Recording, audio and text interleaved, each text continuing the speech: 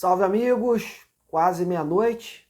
Eu pensei muito se iria vir aqui fazer esse comentário, essa análise dessa bizarra partida que o Vasco disputou agora contra o Corinthians. Estou me recuperando de uma intervenção cirúrgica aqui no pé, mas em respeito a vocês, ao profissionalismo, a gente está aqui para comentar essa tragédia que foi Corinthians 4, Vasco 2. O Vasco que tinha toda uma atmosfera a favor, tudo conspirando a favor.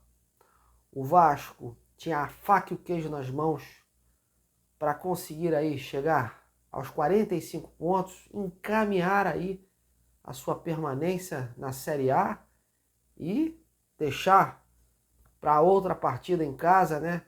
De repente decretar, sacramentar de vez essa situação.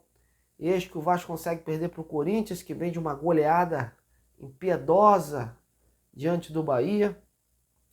E o Vasco abdicou de jogar. Simplesmente jogou 40 minutos.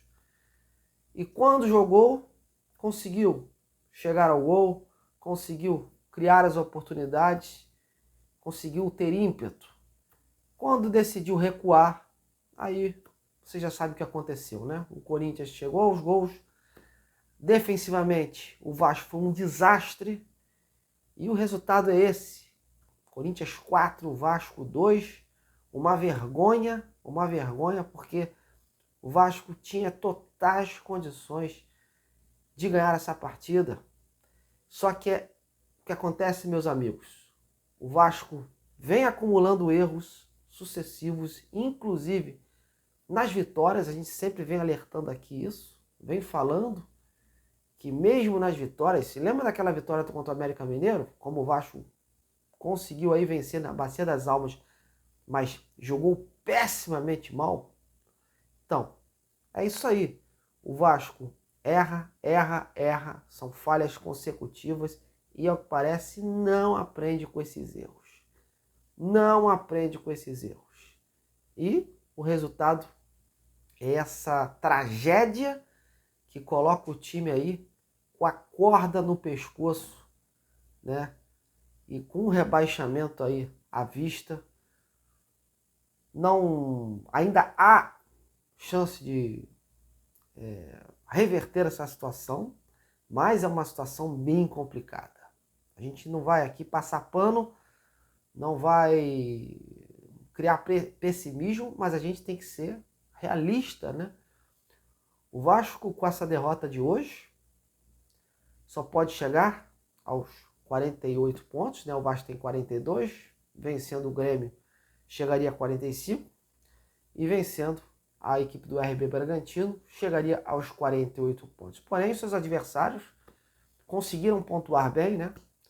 O Cruzeiro ontem ganhou fora, tem 44 pontos, vai jogar em casa agora contra o Atlético Paranaense, tem chance aí de chegar a 47, ainda vai ter mais 2 jogos, em que pese são jogos aí contra times que estão querendo o título, né? Como o Palmeiras e o Botafogo. O Bahia, teoricamente, também vai fazer 2 jogos em casa contra o São Paulo. Amanhã, depois vai jogar fora de casa contra o América Mineiro, que já está rebaixado. Praticamente 3 pontos certos, né? E acaba o Campeonato Brasileiro jogando contra a equipe do Atlético Mineiro, que também está tentando um lugar ao sol aí, né? Em relação ao título. De qualquer forma, e ainda tem o Santos, né? O Santos que joga amanhã contra o Fluminense, que já está meio que de férias aí, tirando o pé aí para não ter nenhum problema na Libertadores, no Mundial. E é isso, o cenário vai se desenhando um cenário contra o Vasco, e por isso que o Vasco tinha que fazer o seu dever de casa, tinha essa atmosfera toda a favor, mas incrivelmente conseguiu perder esse jogo. Conseguiu perder esse jogo. E é difícil pra gente que comenta, que mexe com análise, mexe com números, enfim, comentar essa partida, porque a gente tem que tirar força lá de dentro. Porque a gente queria estar aqui conversando com vocês, projetando aí a permanência na Série A. E agora o Vasco vai ter aí pela frente uma dura jornada.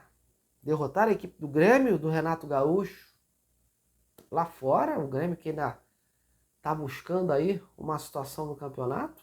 Não é um time fácil. Ou seja, vai ter que juntar os cacos dessa derrota e ainda derrotar o Grêmio lá fora. E depois chegar em casa e ainda derrotar o Bragantino. E não para por aí, porque tem que ficar de olho nos seus adversários. O Vasco, dependendo do jogo de amanhã contra o Bahia, o Vasco não vai depender mais dos seus próprios esforços. Tudo gira em torno do jogo de amanhã do Bahia. Então o Vascaíno vai ter que ficar com o secador ligado mais uma vez e a vergonha está aí, anunciada. É lamentável a que ponto a situação do Vasco chegou, e é o que eu sempre venho dizendo aqui. Ficando ou não ficando na primeira divisão, o departamento de futebol do Vasco tem que ser revisto.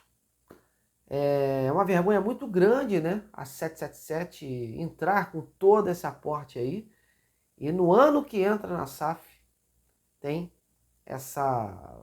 esse histórico vergonhoso de mais uma vez o Vasco disputando aí zona de rebaixamento. Então, galera, muito complicada a situação que o Vasco chegou.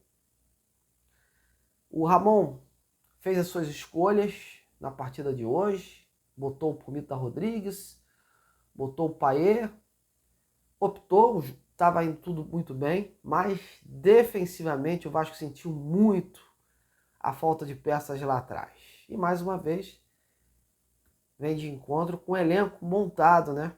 O Vasco não tem peças de reposição e isso era um temor meu de que algo poderia acontecer nesse sentido. E o resultado está aí. O Vasco praticamente foi envolvido, deu campo ao Corinthians, não entendi o que acontece com a equipe do Vasco, porque com o Vasco quando começa a tocar a bola, quando bota a bola no chão, joga futebol, consegue fazer uma boa atuação, consegue construir, consegue chegar. Agora, faz o gol, recua, dá campo ao adversário, convida o adversário para o seu campo, parece que senta com a bunda lá atrás, e o que acontece? O adversário vai lá, gosta do jogo, cria as oportunidades, e defensivamente o Vasco totalmente desprotegido e mal, acaba tomando aqueles gols ali. E muito sucesso de contra-ataque como foi um dos últimos aí do Corinthians. Lamentável a que ponto chegamos, meus amigos. Lamentável. É muito difícil a gente reunir forças e buscar aí, né, esse desafio pela frente. Eu gostaria agora de ouvir vocês, né, porque às vezes é melhor não falar muita coisa não, porque às vezes a gente acaba falando demais, né, e aí tem as consequências. Gostaria de ouvir vocês, meus amigos. O que vocês acharam dessa partida aí? E as suas expectativas? Será que dá para escapar ainda? Ou vai ter mais um rebaixamento à vista? Comente e participe.